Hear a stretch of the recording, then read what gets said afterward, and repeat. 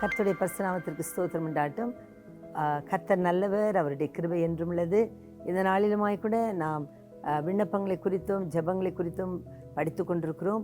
இன்றைக்குமாய் கூட நாம் ஜனங்களுடைய பாவ மன்னிப்புக்காக நாம் ஜெபிக்கிறதை குறித்து, for the remission of the sin, பாவ மன்னிப்புக்காக நாம் கர்த்தரிடத்தில் எப்படி ஜெபிக்க வேண்டும், அதை கர்த்தர் விரும்புகிறார். நாம் அப்படி ஜெபிக்க வேண்டும் என்று கர்த்தர் விரும்புகிறார். அதற்காக நாம் ஜெபிக்க வேண்டும். நாம் வேதத்தில் வாசிக்கும் பொழுது எசேக்கியேல் 9:4 சொல்கிறது, கர்த்தர் அவனை நோக்கி, நீ எருசலேம் நகரம் எங்கும் உருவப்போய் அதற்குள்ளே செய்யப்படுகிற சகல அருவருப்புகளின் நிமித்தம் பெருமூச்சு விட்டு அழுகிற மனுஷரின் நெற்றிகளில் அடையாளம் போடு என்றார். பின்பு அவர் என் காதுகள் கேட்க மற்றவர்களை நோக்கி, நீங்கள் இவன் பின்னாலே நகரமெங்கும் உருவப்போய் வெட்டுங்கள், உங்கள் கண்கள் தப்ப விடாமலும் நீங்கள் இறங்காமலும் முதியோரையும் வாலிபரையும் கன்னிகைகளையும் குழந்தைகளையும் ஸ்திரீகளையும் சங்கரித்து போடுங்கள், அடையாளம் போடப்பட்டிருக்கிற ஒருவனையும் கிட்டி சேராதிருங்கள், என் பரிசுத்த ஸ்தலத்தில் துவங்குங்கள் என்று என் காது கேட்க சொன்னார். அப்பொழுது அவர்கள் ஆலயத்துக்கு முன்பே இருந்த மூப்பர்களிடத்தில் துவக்கம் பண்ணினார்கள். பாருங்கள், இந்த எசேக்கியேல் 9:4 நம்ம 6 வரைக்கும் வாசிக்கும் பொழுது ஆண்டவர் சொல்லுகிறார், பட்டணத்திலே நகரத்திலே நடக்கிற அருவருப்புகளுக்காக பெருமூச்சு விட்டு அழ வேண்டுமாம். பெருமூச்சு விட்டு அழ நமக்கு அவர் கட்டளையிடுகிறார். சபையிலும் சபையின் மூப்பர்களிலும் விசுவாசிகள் நாம் யாவரும் நம்மை சுற்றி நடக்கிற அக்கிரமங்களை பாருங்கள். வாலிபர்கள் எவ்வளவாய் அவர்கள் அக்கிரமத்திலும் அநியாயத்திலும், பெரியவர்களும் சிறியோர்களும் பல ஜனங்களும் கூட அக்கிரமத்தில் அநியாயத்தில் போகிறார்கள். சொல்ல முடியாத அசுத்தங்கள் நடக்கிறது, பிள்ளைகளுக்கு தீமை செய்யப்படுகிறது. இதெல்லாம் நாம் பார்க்கும் பொழுது இவைகளுக்காக நாம் கர்த்தருடைய சமூகத்தில் நாம் பெருமூச்சு விட்டு அழுது ஜெபிக்க வேண்டியது அவசியமாக இருக்குது. நாம் புலம்பிலே வாசிக்கிறோம், வாலிபர்களுக்காக நான் நெட்டுசிரிட்டு, அதாவது பெருமூச்சு விட்டு அழுது நான் ஜெபிக்கிறதுனால் என் இடுப்புகள் வலுவிழந்து போகிறது, குடல்கள் இளகி தரையிலே விழுகிறது என்று சொல்கிறார்கள். அப்படி நாம் ஜெபிக்கிறோமா?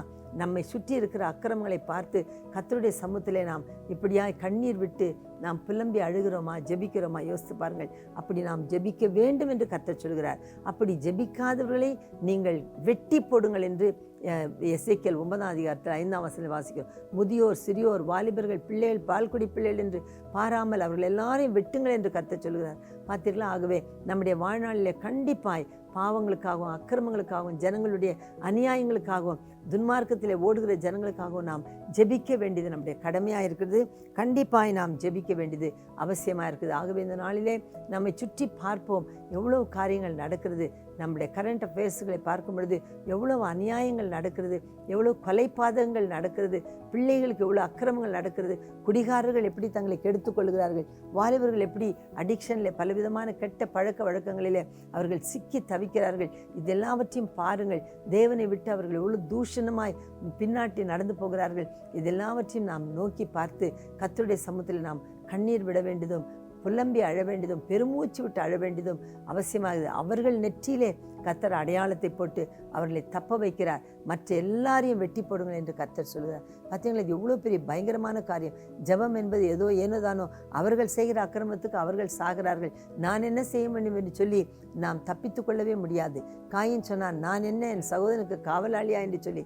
அப்பொழுது கர்த்தர் அவனுடைய இரத்தப்பழியை உன் கையில் கேட்பேன் என்று சொல்கிறார். துன்மார்க்கன் தன் துன்மார்க்கத்தில் சாகிறது எவ்வளவேனும் கர்த்தருக்கு பிரியமில்லை, அவன் மனம் திரும்பி பிழைக்க வேண்டும் என்பதையே விரும்புகிறேன் என்று கர்த்தர் சொல்கிறார். ஆகவே இந்த நாளிலே நாம் அக்கிரமத்தை பார்த்து கொண்டு மௌனமாய் இருக்க முடியாது. ஒருவேளை நாம் சொன்னால் கேட்க மாட்டார்கள் என்று நீங்கள் நினைத்தாலும் கேட்கிற கர்த்தரிடத்திலே நாம் சொல்ல வேண்டியது அவசியம். நம்மை செவி கொடுத்து கேட்கிற கர்த்தர் நம்முடைய விண்ணப்பங்களை அவர் கேட்கிறார். நமக்கு அவர் பதில் கொடுக்க வல்லவராயிருக்கார். ஆகவே நாம் பெருமூச்சு விட்டு இதற்காக சிரத்தையோடு கூட நாம் ஜெபிக்க வேண்டியது அவசியமாக இருக்கிறது. அது மட்டும் இல்லாதபடிக்கு நாம் எஸ்ராவினுடைய வாழ்க்கையில் பார்க்கும் பொழுது இஸ்ரவேல் மக்கள் அவர்கள் புறஜாதிகளோடு கூட கலந்து அவர்கள் பாவம் செய்த பொழுது எஸ்ரா என்ன செய்கிறார்? எஸ்ரா 10:1 நாம் வாசிக்கிறோம். எஸ்ரா இப்படி ஜெபம் பண்ணி விண்ணப்பம் பண்ணி அறிக்கையிட்டு அழுது தேவனுடைய ஆலயத்துக்கு முன்பாக தாழ விழுந்து கிடக்கையில் இஸ்ரவேலின் புருஷரும் ஸ்திரீகளும் பிள்ளைகளுமான பெரிய மகா பெரிய சபை அவனிடத்தில் வந்து கூடிட்டு ஜனங்கள் மிகவும் அழுதார்கள். பார்த்தீங்களா? அப்போ இஸ்ரவேல் ஜனங்களுடைய பாவங்களுக்காய் அக்கிரமங்களுக்காய் வேத பாரகனாகிய எஸ்ரா ஆலயத்துக்கு மத்தியில் விழுந்து அவர் அழுகிறார். அப்பொழுது மகா பெரிய திரளான கூட்டங்கள் ஸ்திரீகளும் புருஷரும் பிள்ளைகளுமாய் அவருக்கு பின்னே வந்து நின்று அவர்கள் எல்லாரும் அழுகிறார்கள். அழுது பாருங்க, ஒரு ஊழியக்காரன் தன்னை தாழ்த்தி அழும் பொழுது விசுவாசிகளும் கூட என்ன செய்கிறார்கள்? மனம் திரும்ப ஏதுவாய் இருக்கிறது. அப்பொழுது அவர்கள் சொல்லுகிறார், எழுந்திரும், இந்த காரியத்தை நடப்பிக்கிறது உமக்கு அடுத்தது, நாங்களும் உம்மோடு கூட இருப்போம், நீர் திடன் கொண்டு இதை செய்யும் என்று சொல்கிறார்கள். அவர் புறஜாதி ஸ்திரீகளை அகற்ற வேண்டும் என்று அவர் தீர்மானிக்கும் பொழுது அவர்கள் எல்லாரும் அவரோடு கூட ஒத்துழைத்து எழுந்திருந்து செய்யும் என்று சொல்கிறார்கள். ஆகவே நாம் ஜெபிக்க வேண்டும். கண்ணீர் விட்டு கர்த்தருடைய சமூகத்தில் நாம் ஜெபித்து காரியங்களை அறிவிக்கும் பொழுது மக்களுடைய ஒத்துழைப்பும் நமக்கு கிடைக்கும். பாவங்கள், அக்கிரமங்கள் எல்லாவற்றிலிருந்து விலக்கி மக்களை காத்துக்கொள்ள முடியும். வேதம் சொல்லுகிறது, எரேமியா 9:1 வாசிக்கிறோம், என் தலை தண்ணீரும் என் கண்கள் கண்ணீர் ஊற்றுமானால் நலமாயிருக்கும், அப்பொழுது என் குமாரத்தியாகிய என் ஜனமாகிய குமாரத்திக்காகவும் கொலையுண்ண கொடுத்தவர்களுக்காகவும் இரவும் பகலும் நான் அழுவேன் என்று எரேமியா சொல்கிறார். ஆகவே தன்னுடைய ஜனங்களுக்காக, நம்முடைய ஜனத்திற்காக நாம் இரவிலும் பகலிலும் நாம் கண்ணீர் விட்டு அழுது ஜெபித்து மக்களுடைய பாவங்கள் நிவர்த்தியாக கர்த்தரிடத்தில் வேண்டிக் கொள்ள வேண்டியது நம்முடைய கடமையாக இருக்குது. இன்னும் கூட நான் வாசிக்கிறோம், யோவேல் 2:17 வாசிக்கிறோம், கர்த்தரின் பணிவிடைக்காரராகிய ஆசாரியர் மண்டபத்துக்கும் பலிபீடத்துக்கும் நடுவே அழுது, கர்த்தாவே, நீர் உமது ஜனத்தை தப்பவிட்டு புறஜாதிகள் அவர்களை பழிக்கும் நிந்தைக்கு உமது சுதந்திரத்தை ஒப்புக்கூடாதிரும், உங்கள் தேவன் எங்கே என்று புறஜாதிகளுக்குள்ளே சொல்லப்படுவானேன். பாருங்க, ஊழியக்காரர்கள் மண்டபத்துக்கும் பலிபீடத்துக்கும் நடுவே விழுந்து அழ வேண்டும்.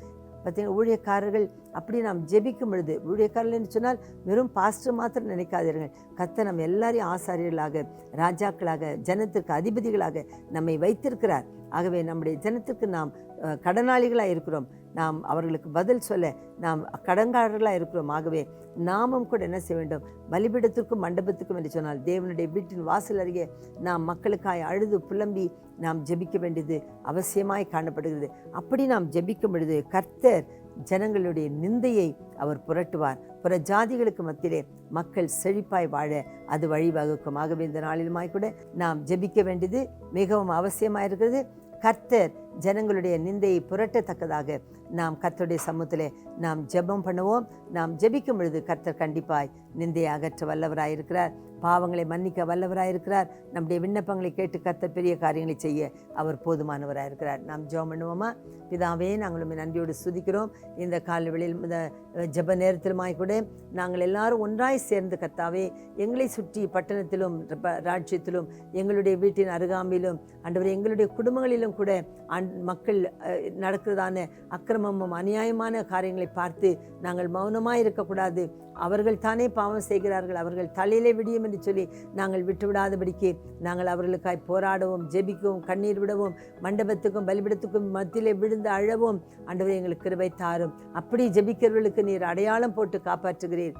ஆண்டவரே, நாங்கள் ஜெபிக்கிறவர்கள் என்று அடையாளம் பெற்றுக்கொள்ள, ஆண்டவரே நாங்கள் ஜெபத்தினாலே காரியங்களை நடப்பித்து காண்பி நாங்கள் பெற்றுக்கொள்ள எங்களுக்கு கிருபை தாரும். மக்களை பாவத்திலிருந்து திருப்பத்தக்கதாய் உம்முடைய சமூகத்திலே ஜெபிக்க எங்களுக்கு உதவி செய்யும். இயேசுவின் நாமத்தில் போராடி ஜெபிக்கிற ஆவியை நீர் தருவதற்காய் வேண்டிக் கொண்டு ஜெபிக்கிறேன்.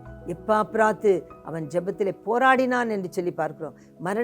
மரணத்துக்கு கூட அவன் சமீபமானான் என்று பார்க்கிறோம். அப்படிப்பட்ட ஒரு ஜெப ஆவியை எங்களுக்கு தாரும் ஆண்டவரே. நாங்கள் மக்களுக்காய் ஜெபிக்க மன்றாட உதவி செய்யும். இயேசுவின் நாமத்தில் தாழ்த்தி ஒப்புடுத்தி ஜெபிக்கிறோம் பரலோக பிதாவே, ஆமென். கர்த்தர் உங்களை எல்லாரையும் ஆசீர்வதிப்பாராக. நாம் ஜெபத்திலே உறுதியாய் தரித்திருப்போம். ஜெபத்திலே மக்களுக்காய் போராட கற்றுக்கொள்வோம். கர்த்தர் நம்மோடு இருப்பாராக. ஆமென்.